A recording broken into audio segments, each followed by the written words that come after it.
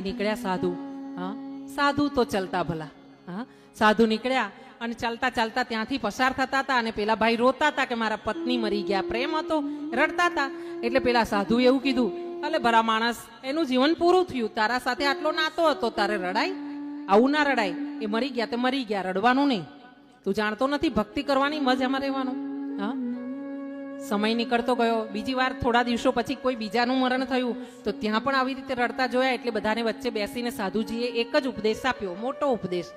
મરે, આપણી સાથેનું લેણા દેણા પૂરી થઈ એટલે ગયા. મરી ગયા તો હવે જવા દેવાના. આપણે કાયમ એમનું ભગવાનનું નામ લેવાનું, એમની પાછળ આનંદ કરવાનો, શાંતિ રાખવાની, રડવાનું નહીં.